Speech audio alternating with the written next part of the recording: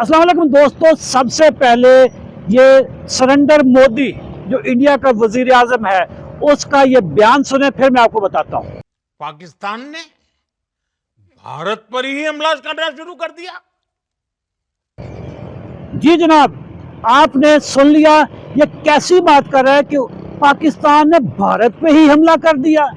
दोस्तों, जब लोग हमारे 90 डेज चैलेंज में आते हैं उनकी शुगर हो जाती है कंट्रोल। जब शुगर माफिया को पता चलता है कि बगैर दवाइयों के शुगर कंट्रोल हो गई है तो शुगर माफिया भी ऐसा ही बयान देता है, मतलब कि आपने दवाइयां ही छुड़वा दी और शुगर भी कंट्रोल होगी। या ये क्या कर रहे हो आप लोग। दोस्तों, अगर आप भी 90 डेज चैलेंज में शामिल होकर शुगर को कंट्रोल करना चाहते हैं और शुगर माफिया को सरप्राइज देना चाहते हैं, इसी वीडियो के नीचे मोदी लिखें, हमारी टीम आपसे रब्ता करेगी।